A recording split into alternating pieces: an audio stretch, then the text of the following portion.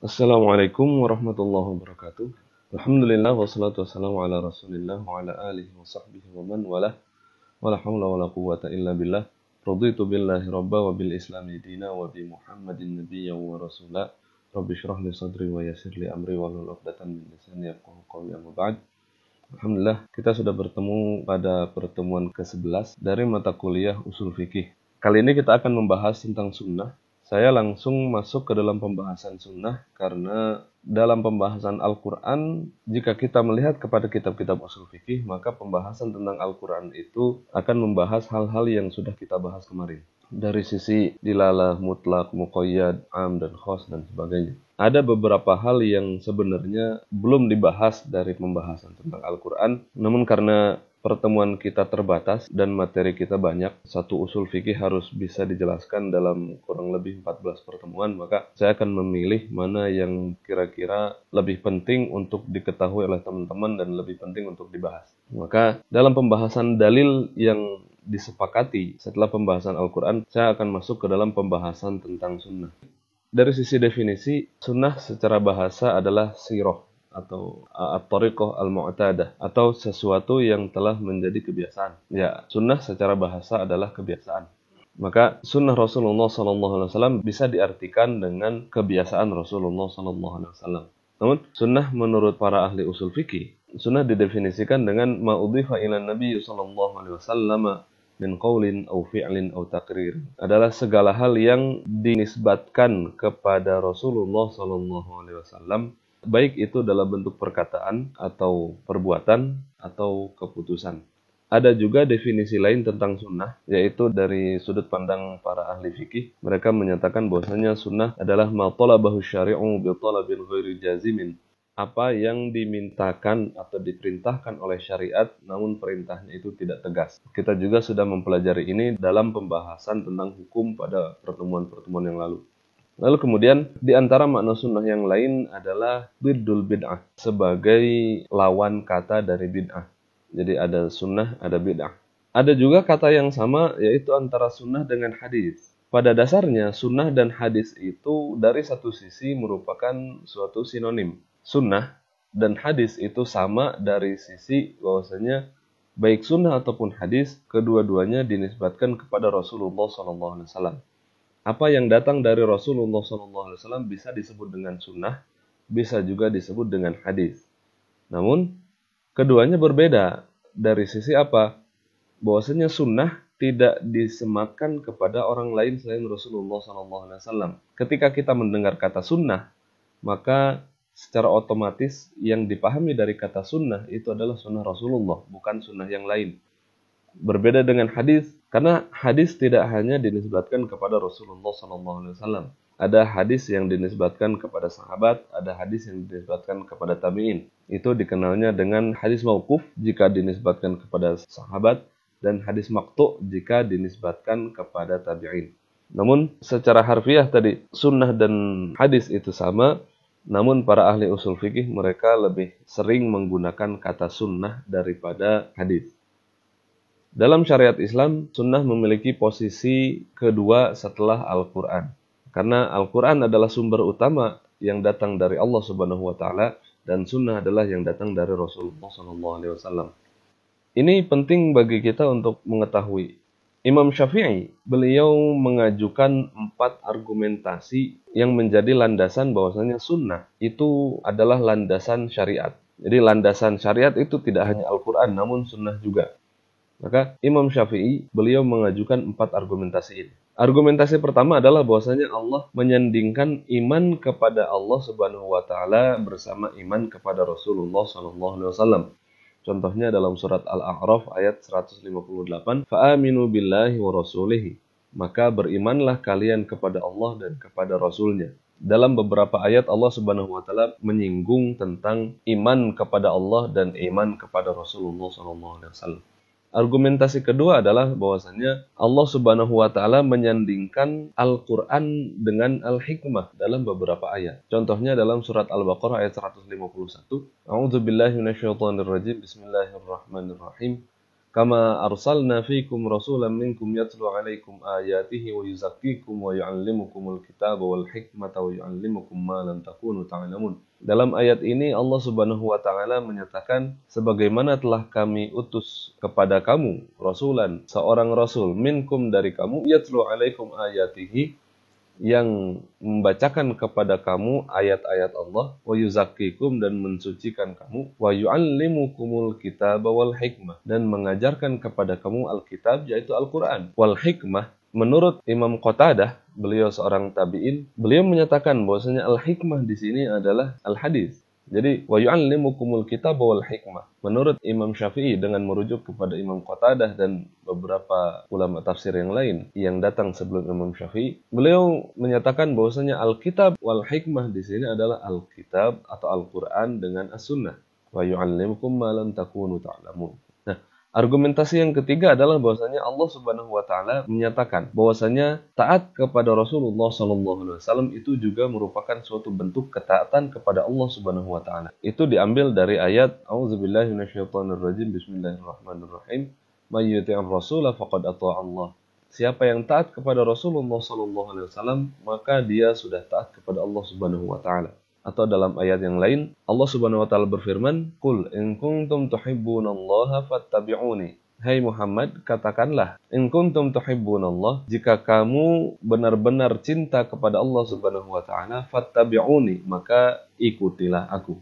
Dan argumentasi yang keempat adalah bahwasanya Allah Subhanahu wa taala memerintahkan Rasulullah SAW untuk menyampaikan apa saja yang diturunkan kepada Rasulullah SAW. Ya ayyuhar rasul balligh ma unzila ilaika min rabbika fa in lam taf'al fama ballaghta risalata. Hai Rasul, sampaikanlah apa yang telah diturunkan kepada kamu dari Tuhanmu. Fa in lam taf'al, dan jika kamu tidak melakukannya, fama ballaghta risalata, maka kamu tidak dianggap sudah menyelesaikan misi kamu untuk menyampaikan pesan. Surat Al-Maidah ayat 67.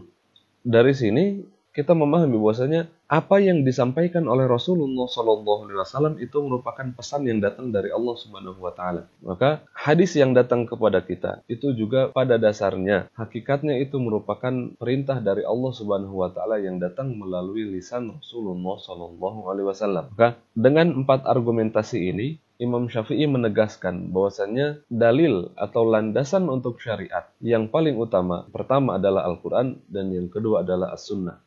Lalu kemudian pembahasan tentang sunnah akan selalu masuk ke dalam pembahasan mengenai klasifikasi sunnah. Jika kita klasifikasikan sunnah, kita akan bisa mengklasifikasikan sunnah dengan beberapa acuan. Yang pertama, bi'atibari nau'iha. Klasifikasi sunnah berdasarkan atas jenisnya. Maka ada 3 paling tidak. Yang pertama adalah sunnah qauliyah, yang kedua adalah sunnah fi'liyah, yang ketiga adalah sunnah taqririyah.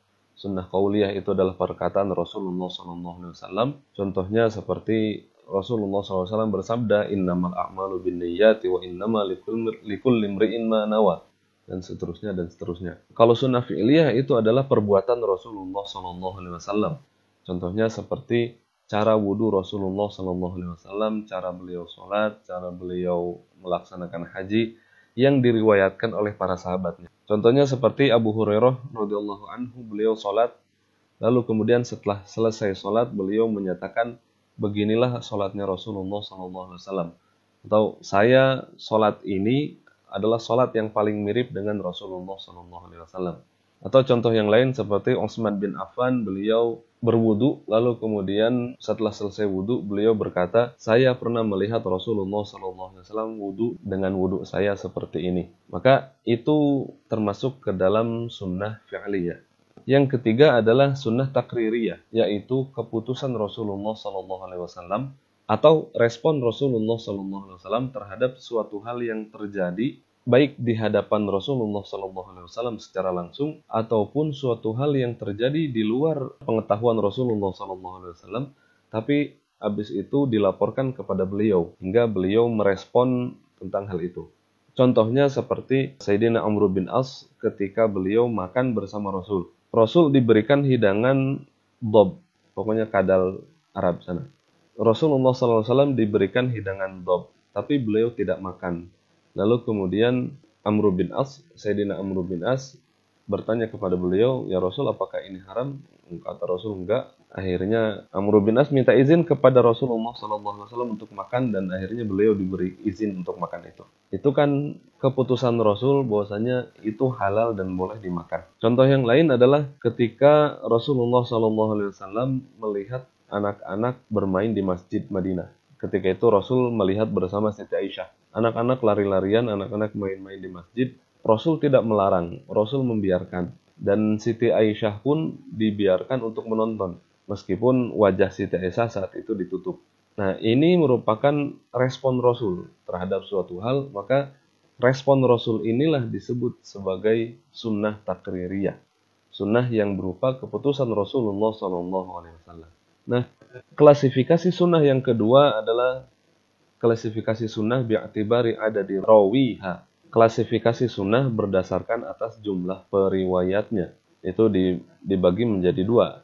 Yang pertama adalah mutawatir dan yang kedua adalah ahad. Sunnah mutawatir itu adalah sunnah yang diriwayatkan oleh banyak orang kepada banyak orang. Yang mana jumlah mereka itu memastikan tidak akan ada kesepakatan untuk bohong. Itu namanya mutawatir. Orang Bandung berkata seperti ini, orang Jakarta berkata seperti ini, orang Aceh berkata seperti ini, orang Kalimantan berkata seperti ini. Semuanya sepakat dan semuanya nggak pernah satu majelis. Semuanya tidak pernah saling berhubungan satu sama lain, tapi menunjukkan hal yang sama. Maka itu disebut dengan mutawatir. Hadis Rasulullah SAW diriwayatkan oleh banyak orang, oleh banyak sahabat, 10, 15, 20. Lalu kemudian dari sahabat yang banyak itu meriwayatkan kepada tabi'in yang lebih banyak lagi. Itu namanya mutawatir. Tidak ada batasan minimal jumlah periwayat dalam hadis mutawatir. Yang ada adalah ada kemungkinan sepakat untuk bohong atau tidak. Kalau ahad itu adalah hadis yang diriwayatkan oleh orang-orang yang jumlahnya tidak mencakupi atau tidak mencukupi syarat-syarat hadis mutawatir. Terkadang diriwayatkan oleh satu orang, maka itu disebutkan dengan gharib. Seperti hadis innamal a'malu binniyati wa innamal likulli imri'in ma nawa. Hadis itu diriwayatkan oleh Umar bin Khattab sendirian. Lalu kemudian dari Umar bin Khattab diriwayatkan, kalau tidak salah, seingat saya 1, 2, 3 orang pertama itu adalah satu orang, tidak ada orang lain selain orang itu. Maka hadis ini disebut dengan hadis gharib karena diriwayatkan oleh satu orang. Sedangkan hadis aziz itu jika diriwayatkan oleh dua orang, misalkan dari dua orang sahabat, meskipun yang datang setelahnya itu lebih dari dua. Kalau masyhur, misalkan datang dari sahabat itu 3 atau 4, pokoknya masyhur itu tidak sampai derajat mutawatir. Bisa dari sahabatnya 3, lalu kemudian ke bawahnya ada 4, ke bawahnya ada banyak lagi, tapi tidak mencukupi syarat mutawatir. Pembahasan tentang ini pasti antum sudah mendapatkannya dalam pembahasan ilmu hadis pada semester lalu. Dan juga ada klasifikasi hadis yang lain, yaitu berdasarkan atas kekuatannya, bi'atibari quwwatiha. Itu diklasifikasikan menjadi hadis sunnah yang sahih, atau yang hasan, atau yang dhaif, dan yang maudhu'. Maudhu' ada yang memasukkan maudhu' ke dalam dhaif. Namun saya lebih senang jika maudhu' itu dipisahkan dari dhaif. Ya, maudhu' itu dhaif, tapi dhaifnya parah karena itu hadis palsu. Gitu. Keterangan tentang ini juga bisa kita dapatkan dalam pelajaran ilmu hadis pada semester yang lalu. Nah, bagian ini adalah pembahasan tentang posisi sunnah dari Al-Quran. Ini penting untuk dibahas dan penting untuk kita ketahui karena ternyata tidak sedikit orang di negara kita, di Indonesia, yang mengingkari sunnah sebagai landasan hukum bagi agama Islam. Mereka mencukupkan diri dengan Al-Quran, dengan landasan bahwasanya dalam Al-Quran segala hal sudah dijelaskan. Al-Quran sudah membahas secara terperinci, hingga akhirnya mereka mencukupkan dengan Al-Quran dan membuang hadis. Saya menemukan ada suatu diskusi di Facebook, ternyata orang itu mengingkari hadis sebagai landasan hukum, mencukupkan dengan Al-Quran. Setiap dalil yang dia bawakan itu adalah Quran, Quran, Quran, Quran. Dia banyak mengutip Al-Quran. Seolah-olah pemahamannya benar, padahal ternyata enggak. Karena dengan 4 argumentasi yang diajukan oleh Imam Syafi'i tadi dalam kitab Ar-Risalah, kita tahu bahwasannya Allah Subhanahu wa Ta'ala yang memerintahkan kita untuk menjadikan sunnah sebagai landasan dalam beragama. Jadi bukan kita yang menjadikan sunnah sebagai landasan dalam beragama, tapi Allah Subhanahu wa Ta'ala sendiri. Itulah kenapa Imam Syafi'i disebut dengan orang yang jenius, karena beliau mengajukan 4 argumentasi ini hingga akhirnya kita bisa menyatakan seperti itu. Allah yang memerintahkan kita, bukan kita sendiri yang menemukannya. Gitu. Mengenai posisi sunnah dalam Al-Quran, kita tahu posisinya adalah posisi yang kedua yang datang setelah Al-Quran. Namun, fungsi sunnah dari Al-Quran itu seperti apa? Setidaknya ada 5. Yang pertama adalah as-sunnah tu'akkidul Quran. Sunnah sebagai penegas dari Al-Quran. Menegaskan apa yang telah disebutkan di dalam Al-Quran. Contohnya, Allah Subhanahu wa Ta'ala menyatakan dalam Al-Quran, "Walillahi 'alan nasi hajjul baiti man istata'a ilaihi sabila." Ayat itu menunjukkan perintah bagi umat muslim untuk melaksanakan haji. Lalu kemudian Rasulullah SAW menyatakan, "Ya ayyuhan nasu, qad faradallahu 'alaikumul hajja fahajju." Wahai manusia, Allah Subhanahu wa Ta'ala telah mewajibkan kepada kalian untuk berhaji, maka hajilah. Hadis ini diriwayatkan oleh Imam Muslim. Begitu juga dengan perintah tentang sholat, perintah tentang zakat, yang mana di dalam Al-Quran sudah ada perintahnya, lalu kemudian diperintahkan lagi oleh Rasulullah SAW, maka itu adalah bentuk dari sunnah yang menegaskan suatu perkara di dalam Al-Quran. Fungsi yang kedua adalah as-sunnah tubayyinu mujmal Al-Quran. Sunnah yang menjelaskan mujmal dalam Al-Quran. Suatu hal yang tidak dijelaskan secara terperinci dalam Al-Quran, dibahas secara rinci di dalam sunnah. Contohnya tentang sholat, Allah Subhanahu wa Ta'ala tidak mengajarkan sholat dari awal sampai akhir. Allah Subhanahu wa Ta'ala tidak mengajarkan bagaimana tata cara haji. Nah, maka sunnah Rasulullah SAW yang mengajarkan kita tentang cara sholat. Bagaimana dari wudu, lalu kemudian tata cara sholat seperti mulai dari takbiratul ihram, lalu kemudian membaca doa iftitah, lalu kemudian membaca fatihah, lalu kemudian amin, lalu kemudian membaca surat, lalu kemudian ruku, i'tidal, sujud, dan seterusnya. Keterangan tentang itu kan tidak ada di dalam Al-Quran, tapi kita hanya mendapatkannya dari sunnah. Lalu kemudian contohnya haji. Allah Subhanahu wa Ta'ala tidak menjelaskan bagaimana urutan haji. Dari pertama datang ada tawaf kudum, lalu kemudian yang mau tamattu umroh dulu, habis itu tahallul, habis itu nunggu sampai tanggal 8 atau tanggal 9. Lalu kemudian ada hari Arafah. Setelah Arafah ada mabit di Muzdalifah. Setelah di Muzdalifah ada melontar jumroh pada paginya. Lalu kemudian malamnya ada mabit di Mina, malam pertama, malam kedua, malam ketiga. Penjelasan itu tidak datang secara jelas dalam Al-Quran, tapi datangnya jelas dari sunnah. Nah, fungsi yang lain dari sunnah adalah sunnatu tukhassisu amal Quran. Sunnah yang mentaksis suatu hal yang disebutkan umum di dalam Al-Quran. Contohnya, Allah Subhanahu wa Ta'ala menyatakan, "Ya ayyuhalladzina amanu, idza nudiya lis-salati min yaumil jum'ati fas'au ila dzikrillahi wa dzarul bai'." Allah Subhanahu wa Ta'ala dalam surat Al-Jum'ah memanggil, "Ya ayyuhalladzina amanu," hai orang-orang yang beriman. "Idza nudiya lis-salati min yaumil jum'ah," kalau dipanggil untuk salat pada hari Jumat, fas'au ila dzikrillah, maka berangkatlah pada zikir kepada Allah. Maksudnya salat Jumat, wazarul bai', dan tinggalkanlah jual beli. Ya ayyuhalladzina amanu, kita sudah membahas tentang hal itu pada pembahasan lafaz am yang lalu. Orang beriman itu kan laki-laki dan perempuan.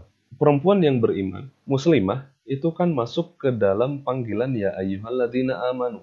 Tapi apakah kaum perempuan itu wajib untuk melaksanakan sholat Jumat? Jika kita melihat kepada hadis, Rasulullah SAW menyatakan, "Al-jumu'atu haqqun wajibun ala kulli muslimin fi jama'atin illa arba'ah." Salat Jumat itu adalah suatu kewajiban ala kulli muslimin untuk setiap orang muslim fi jama'atin, dalam suatu jamaah, illa arba'ah, kecuali 4 orang. Yang pertama abdun mamlukun, seorang hamba sahaya. Yang kedua adalah awimra'atun, atau wanita. Aw sobiyun, yang ketiga adalah atau anak kecil, aw maridun, atau orang yang sakit. Hadis ini mengecualikan 4 orang itu dari panggilan ya ayyuhalladzina amanu. Jadi meskipun mereka itu beriman, tapi mereka tidak terpanggil oleh ayat itu, mereka tidak wajib untuk sholat Jumat karena hadis ini mengecualikan 4 orang ini. Gitu. Nah, orang yang tadi saya sebutkan di awal, orang yang hanya berpendapat dengan Al-Quran tanpa menggunakan hadis, dia menyatakan bahwasanya sholat Jumat itu tetap wajib bagi wanita. Saya tidak tahu, mungkin di antara teman-teman juga ada yang pernah mendengar pendapat ini, atau bahkan ada yang hidup berdampingan dengan orang dengan pemikiran ini. Mereka menyatakan sholat Jumat itu wajib, baik bagi laki-laki ataupun bagi perempuan. Kenapa? Karena Allah Subhanahu wa taala menyatakan, ya ayyuhalladzina amanu idza nudiya lis-salati min yaumil jum'ati fas'au. Ya ayyuhalladzina amanu, yang dipanggil adalah orang beriman. Yang beriman ini baik laki-laki atau perempuan. Maka semuanya wajib untuk melaksanakan sholat Jumat. Kalau kita lihat, orang ini dia tidak menggunakan teori taksis di dalam ayat ini. Hingga akhirnya baik laki-laki atau perempuan menurut dia wajib untuk melakukan sholat Jumat. Kalau teori ini kita terapkan dalam ayat yang lain, bisa kacau. Contoh, ya ayyuhalladzina amanu kutiba alaikumusyamu kama kutiba alal ladzina min qablikum la'allakum tattaqun. Hai orang-orang yang beriman, diwajibkan atas kamu berpuasa. Di situ ada ya ayyuhalladzina amanu juga. Laki-laki dan perempuan wajib puasa, wajib. Tapi wanita yang haid kan tidak. Kalau teori tadi dia gunakan, maka wanita yang haid itu juga tetap dipanggil untuk puasa. Karena yang boleh untuk mengganti puasa di hari yang lain itu cuma wa in kuntum mardo aw ala safarin fa'iddatun min ayyamin ukhra. Sedangkan orang yang haid tidak. Nah, itu kan jadi kacau. Itu salah satu kekacauan yang datang dari orang yang hanya berpegang kepada Al-Qur'an tapi tidak berpegang kepada sunnah Rasulullah SAW. Lalu kemudian fungsi Al-Qur'an yang selanjutnya adalah sunnah tuqayyidu mutlaqal Qur'an. Sunnah memberikan batasan suatu hal yang mutlak yang tidak diberikan batasan oleh Al-Quran. Contohnya adalah ayat Allah Subhanahu wa taala tentang potong tangan bagi pencuri, wasariqu wasariqatu faqta'u aydiyahuma. Pencuri itu baik laki-laki atau perempuan, maka potonglah tangan mereka. Seperti yang kemarin kita bahas, tangan itu kan ketika kita sebut tangan, maka yang masuk ke dalam pikiran kita, tangan itu batasnya dari ujung jari sampai ke ketiak, sampai ke pundak. Maka dalam tayamum yang tidak ada batasan tangannya, para ulama bisa berbeda pendapat. Ada yang menyatakan sampai ke pergelangan, ada yang sampai sikut. Bahkan ada seorang tabi'in yang menyatakan tayamum itu sampai ke ketiak. Nah, contoh yang di sini adalah ketika wasariqatu faqta'u aydiyahuma, potonglah tangan mereka. Rasulullah SAW melakukan potong tangan itu hanya sampai pergelangan saja. Maka perbuatan Rasulullah SAW itu memberikan batasan bagi potongan tangan yang tidak diberikan batasannya di dalam Al-Quran. Nah, yang terakhir, fungsi sunnah adalah tusbitu hukman sakata anhu Quran. Sunnah itu memberikan suatu hukum yang tidak disebutkan oleh Al-Quran. Jadi dalam hal ini Allah Subhanahu wa taala telah memberikan Rasulullah SAW otoritas untuk memberikan syariat. Otoritas untuk membuat syariat, hingga apa yang beliau ucapkan, apa yang beliau lakukan, apa yang beliau tetapkan itu merupakan syariat bagi kita, meskipun itu tidak pernah disebutkan di dalam Al-Quran. Contohnya aghlabus shalawatil masnunah, kebanyakan salat-salat yang sunnah itu datangnya dari Rasul, bukan dari Al-Quran. Yang datang dari Al-Quran contohnya adalah salat tahajud, wa minal laili fatahajjad bihi nafilatan lak. Tapi sholat witir tidak, sholat qobliyah tidak, sholat ba'diyah tidak, sholat id tidak. Jadi kebanyakan sholat-sholat sunnah itu datangnya dari Rasulullah SAW. Contoh yang lain adalah zakatul fitr. Zakat fitrah itu tidak disebutkan di dalam Al-Quran, tapi disebutkan oleh Rasulullah SAW. Contoh yang lain adalah tahrimuz zahab lirrijal, keharaman menggunakan emas bagi laki-laki. Dan yang terakhir, contoh yang lain adalah rajmuz zani al-muhsan, yaitu merajam pezina yang sudah menikah atau orang yang selingkuh itu harus dirajam. Itu datangnya dari sunnah Rasulullah SAW, bukan dari Al-Quran. Nah, setidaknya 5 ini adalah fungsi sunnah dari Al-Quran. Biar kita paham bagaimana posisi sunnah dari Al-Quran, meskipun sunnah itu berada pada posisi yang kedua setelah Al-Quran, Namun ternyata sunnah itu memiliki fungsi yang penting, memiliki kedudukan yang penting, hingga ketika kita hanya menggunakan Al-Quran saja sebagai landasan hukum, dan kita mengabaikan sunnah, kita akan masuk ke dalam kekacauan. Seperti yang tadi, tidak memiliki kaidah akhirnya. Kaidahnya nggak jelas. Kenapa dalam ayat sholat Jumat, wanita wajib untuk ikut sholat Jumat, sedangkan dalam ayat puasa, wanita haid tidak wajib untuk puasa. Itu kan harus ada kaidah. Jika ada kaidah, maka aturan di sana, aturan di sini bisa jadi sama karena kaidahnya sama. Kalau tanpa kaidah, kalau tanpa berlandaskan terhadap hadis, ya akhirnya kacau. Itu. Nah, ada hal lain yang penting untuk dibahas dalam pembahasan sunnah, yaitu adalah af'alu Rasulillah SAW. Perbuatan Rasulullah SAW. Para ulama setidaknya mengklasifikasikan perbuatan Rasul, pekerjaan Rasul sehari-hari, apa yang Rasul lakukan, itu menjadi 3. Yang pertama adalah khosaisun Nabi SAW. Perkara-perkara yang khusus dilakukan oleh Rasulullah SAW.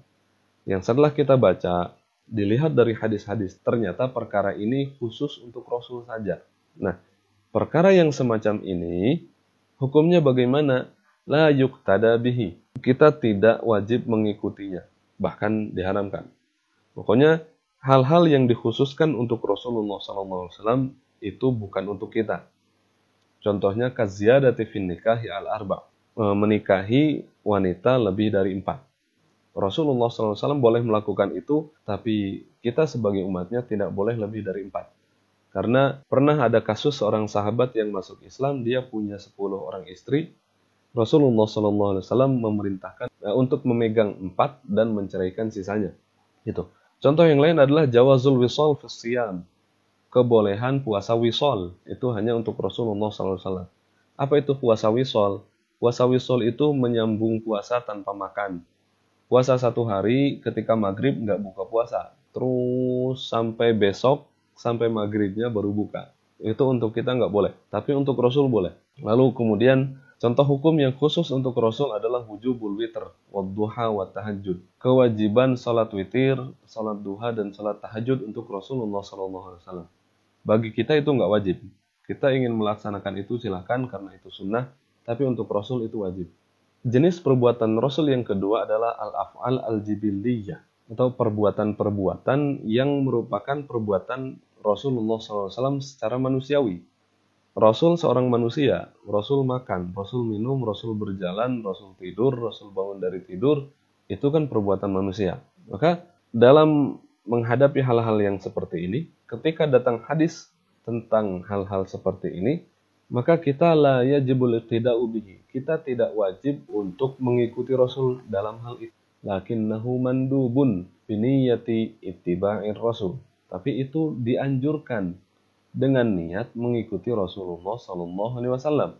Kahyatil qiyami wal qu'udi wal akal. Contohnya seperti bagaimana Rasul berdiri, bagaimana Rasul duduk, bagaimana Rasul makan. Atau kita juga pernah mendengar Rasul itu kalau dipanggil nggak pernah noleh kepalanya doang, tapi Rasul noleh seluruh badannya. Kita bisa mengikuti itu dengan niat tidak bi Rasulillah, mengikuti Rasul. Atau contoh yang lain, Rasulullah SAW suka menggunakan baju putih, maka kita mengikuti itu dengan landasan bahwasannya kita mengikuti Rasulullah SAW. Contoh lain, Rasulullah SAW suka minum infus water, yang mana infus waternya itu dari kurma. Ya, mau ikut silahkan, mau nggak ikut silahkan. Tapi kalau kita ikut dan diniatkan dengan iqtida bi Rasulillah, maka itu bisa disebut dengan suatu ibadah. Nah, yang terakhir, perbuatan Rasulullah SAW yang terakhir adalah al-af'alul lati maqsuduhu at-tashri'. Adalah perbuatan-perbuatan Rasul yang tujuan utamanya adalah membuat syariat. Contohnya seperti apa yang Rasul lakukan ketika wudu, ketika beliau sholat, ketika beliau haji, ketika beliau umroh, ketika beliau puasa, dan sebagainya. Nah, maka itu bagi kita nutolabu bil iqtida'i bihi.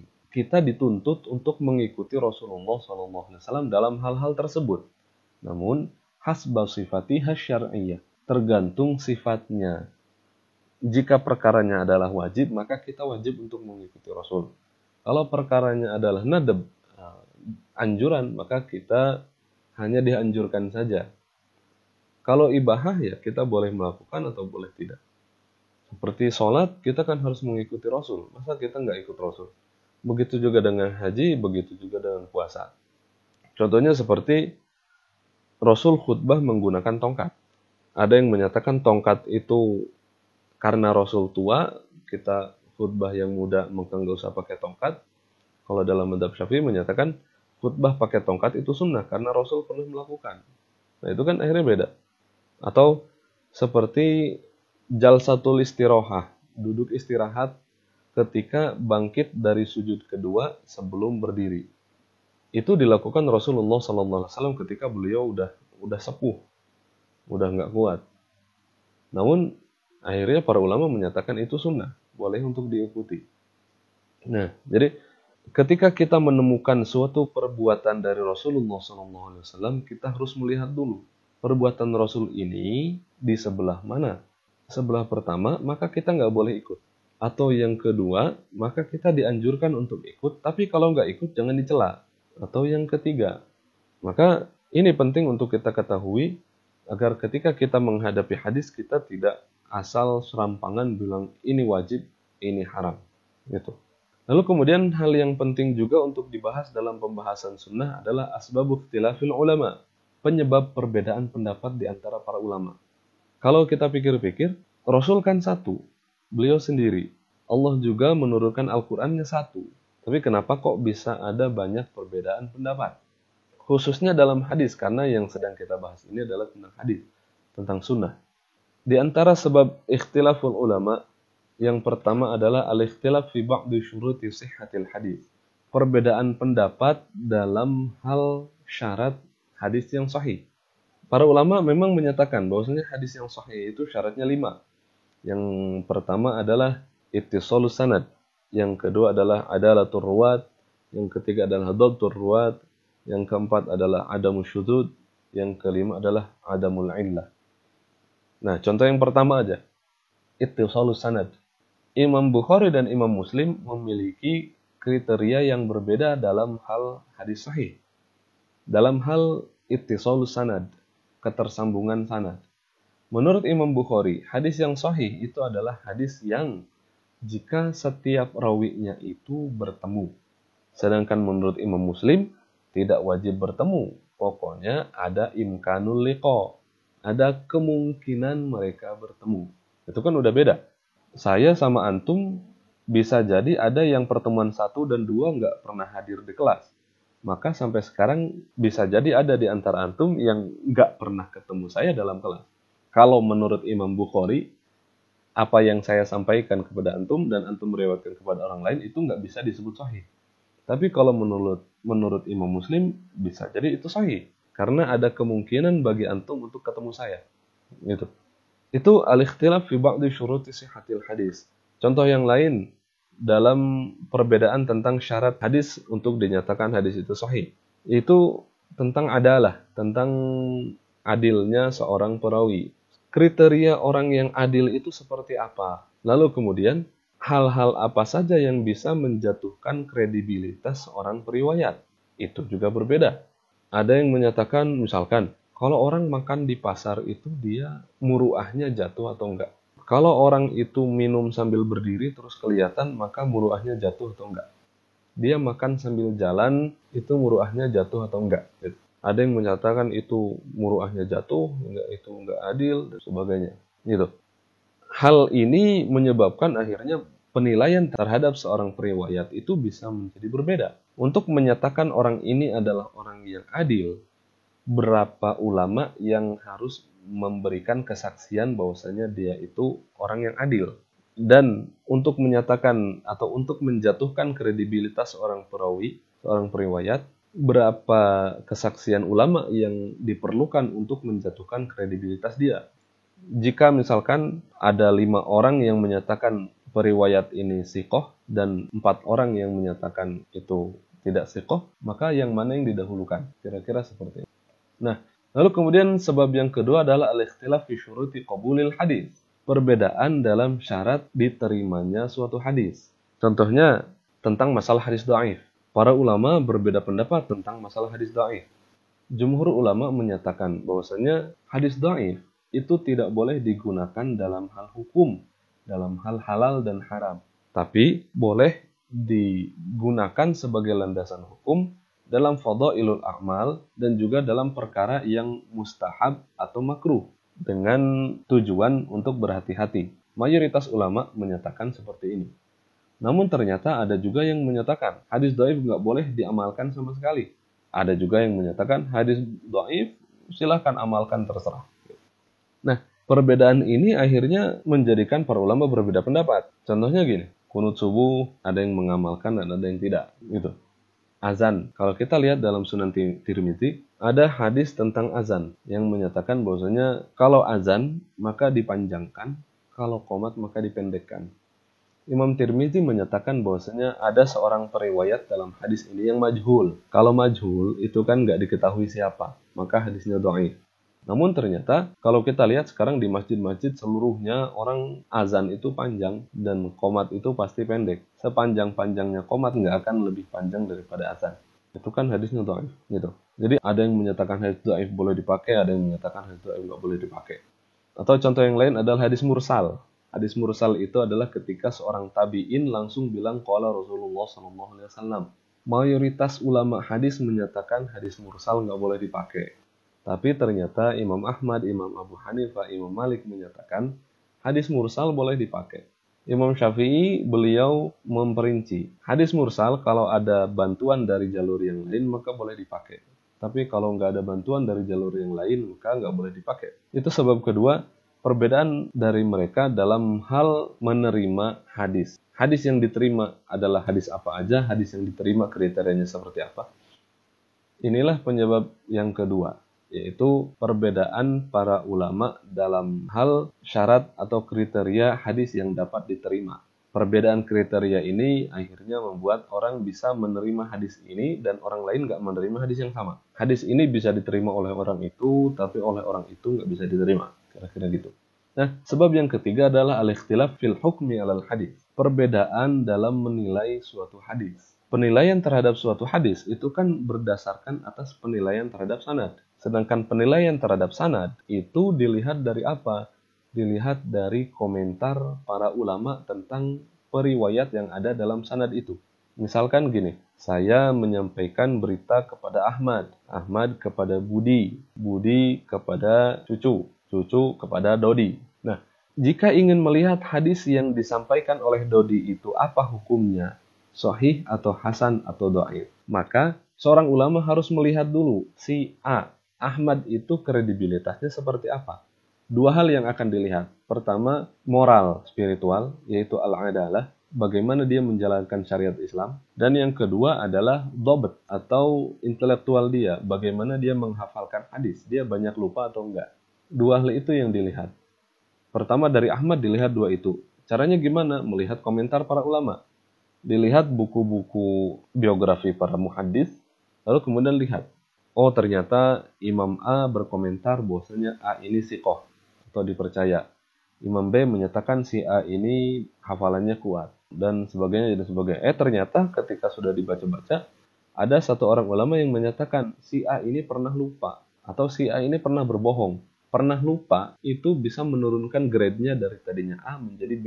Kalau pernah bohong maka grade-nya turun jadi C. Atau bahkan kalau misalkan dia suka berbohong, maka grade-nya turun jadi D.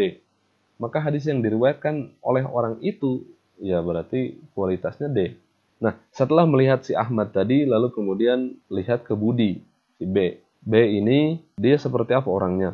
Seperti ini. Lalu kemudian lihat dari si Cucu, orang ini seperti apa? Maka kemungkinan untuk perbedaan penilaian terhadap suatu hadis pasti ada. Contoh yang paling mudah adalah ketika kita melihat kitab Sunan Tirmizi yang ditahqiq oleh Syekh Albani. Imam Tirmizi dalam Sunan Tirmizi itu seringkali menuliskan penilaian beliau terhadap hadis yang beliau riwayatkan di akhir setiap hadis. Contohnya ini. Beliau menuliskan hadis di sini, Hadatsana Hanad bin Sari qala hadatsana Waqi' an Sufyan an Hakim dan seterusnya. Qalat ma ra'aitu ahadan kana asyadda ta'jilan lizuhri min Rasulillah sallallahu alaihi wasallam wala min Abi Bakrin wala Umar. Wa fil babi an Jabir wa Khabbab wa Abi Barzah wa Ibnu Mas'ud wa Zaid bin Thabit wa Anas wa Jabir dan sebagainya. Hadis Aisyah, hadisun hasanun. Hadis Aisyah yang dimaksud adalah Aisyah ini. Berarti hadis Aisyah yang tadi kita baca di atas ini, menurut Imam Tirmizi itu adalah hadisun hasanun. Itu adalah hadis yang hasan. Contoh yang lain seperti ini. Nah, hadis Rafi' bin Khadij, hadisun hasanun sahih. Itu adalah penilaian Imam Tirmizi di setiap hadisnya. Lalu kemudian kita lihat di sini, ini adalah penilaian dari Syekh Nasruddin Al-Albani. Beliau menyatakan bahwasanya hadis ini dhaiful isnad. Sedangkan Imam Tirmizi di sini menyatakan hadis Aisyah hadisun hasan. Lah Imam Tirmizi menyatakan hadis ini hasan. Syekh Albani menyatakan hadis ini dhaif. Lah kan berarti berbeda penilaiannya. Maka tidak heran ketika dalam masalah kunut subuh misalkan, ada orang yang menyatakan kunut subuh itu hadisnya dhaif. Imam Nawawi dalam kitab Al-Majmu' menyatakan hadis kunut subuh itu sahih. Lah, terus kita mau ikut yang mana? Ya karena saya pribadi bermadzhab Syafi'i, lalu kemudian saya pribadi tidak memiliki kemampuan dalam ilmu hadis yang banyak, ya maka saya mengikuti Imam Nawawi. Taklid kepada Imam Nawawi, karena Imam Nawawi beliau adalah selain seorang faqih, beliau juga seorang muhaddits. Beliau yang menulis kitab Syarah Sahih Muslim. Beliau menuliskan Syarah Sahih Muslim itu tidak punya kitab Sahih Muslim. Jadi gimana nggak kerennya Imam Nawawi dalam ilmu hadis ketika beliau bisa mensyarah Sahih Muslim tapi beliau nggak punya kitabnya. Beliau mensyarah Sahih Muslim itu dari hafalannya, gitu. Jadi akhirnya dalam penilaian terhadap suatu hadis kita bisa mengikuti ulama A yang menyatakan hadis ini sahih atau ikut ulama B yang menyatakan hadis ini dhaif. Seperti dalam kasus hadis ini, kita tinggal milih antara mengikuti Imam Tirmizi yang menyatakan hadis ini adalah hadis hasan atau mengikuti Syekh Nasruddin Al-Albani yang menyatakan bahwasanya hadis ini hadis dhaif. Nah, ini kan Sunan Tirmizi. Lalu kemudian hakama ala ahadisi wa atharihi wa allaqalaihi al-alama al-muhaddis Muhammad Nasruddin Al-Albani. Jadi kita tinggal memilih antara mengikuti Imam Tirmizi atau mengikuti penilaian dari Syekh Nasruddin Al-Albani. Jadi tidak usah heboh ketika dalam pembahasan hadis, oh itu hadisnya dhaif nggak boleh dipakai. Hadis dhaif dan nggak boleh dipakai itu adalah dua hal yang perlu kita bahas detail kan, seperti tadi. Hadisnya dhaif bisa jadi itu sahih, bisa jadi itu hasan menurut orang lain. Lalu kemudian yang kedua, nggak boleh dipakai, itu menurut dia, menurut kita bisa jadi itu boleh dipakai. Kira-kira seperti itu. Itu adalah sebab yang ketiga. Sebab perbedaan pendapat di antara para ulama yang disebabkan oleh hadis. Yang keempat adalah al-ikhtilaf fi fahmil hadis. Perbedaan dalam pemahaman hadis. Ini sangat banyak sekali perbedaan yang dilandasi atas perbedaan terhadap pemahaman hadis. Karena Rasulullah SAW berbicara dengan bahasa Arab, tapi ternyata orang Arab juga tidak bisa langsung memahami maksud Rasulullah SAW. Contohnya gini. Ini hadis sering dibahas, sering dijadikan contoh. Ketika Rasulullah SAW selesai perang Khandaq, lalu kemudian Rasul menyatakan la yusalliyanna ahadukumul asra illa fi Bani Quraizzah. Jangan ada yang sholat asar di antara kalian kecuali nanti di Bani Quraizzah. Ada sahabat yang menyatakan bahwasanya yang dimaksud oleh Rasul itu kita harus cepat-cepat ke sana, bukan kita sholat di sana. Akhirnya orang-orang ini sholatnya di rumah atau di perjalanan. Sedangkan yang lain ada yang menyatakan bahwasanya pokoknya Rasul nyuruh kita sholat asar di sana. Ya udah kita sholat asar aja di sana. Gitu. Itu Rasul ngomong pakai bahasa Arab. Yang mendengar itu adalah para sahabat yang juga memahami bahasa Arab yang digunakan pada saat itu. Kalau Rasul ngomong dulu dan kita orang sekarang membaca hadis agak kesusahan, oke, karena ada jarak 1400 tahun antara kita dengan Rasul. Ada perkembangan bahasa, dan kemampuan bahasa kita pun nggak bisa menyamai kemampuan bahasa orang Arab. Sedangkan itu diucapkan oleh Rasul dengan bahasa saat itu, didengar oleh orang-orang Arab yang menggunakan bahasa yang sama dengan bahasa Rasul saat itu. Jadi bahasanya juga belum berkembang sebagaimana bahasa sekarang. Ternyata para sahabat aja bisa memahami hadis itu dengan berbeda. Maka bagaimana dengan ulama yang datang sekarang yang jarak antara dia dengan Rasul itu 1400 tahun? Maka kemungkinan dalam memahami hadis itu pasti saja ada. Tuh. Jadi yang bisa kita pelajari dari sini adalah bahwasanya perbedaan pendapat di antara para ulama itu adalah biasa.